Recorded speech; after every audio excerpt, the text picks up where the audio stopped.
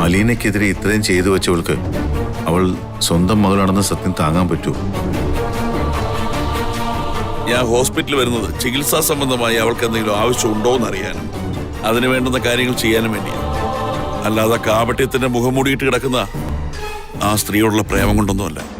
നീ ആദ്യം മുതൽ എന്നെ പറ്റിക്കുമായിരുന്നു. ഞാൻ സ്നേഹനികേതനിൽ വന്ന് നിന്നെ കണ്ട അന്നു മുതൽ.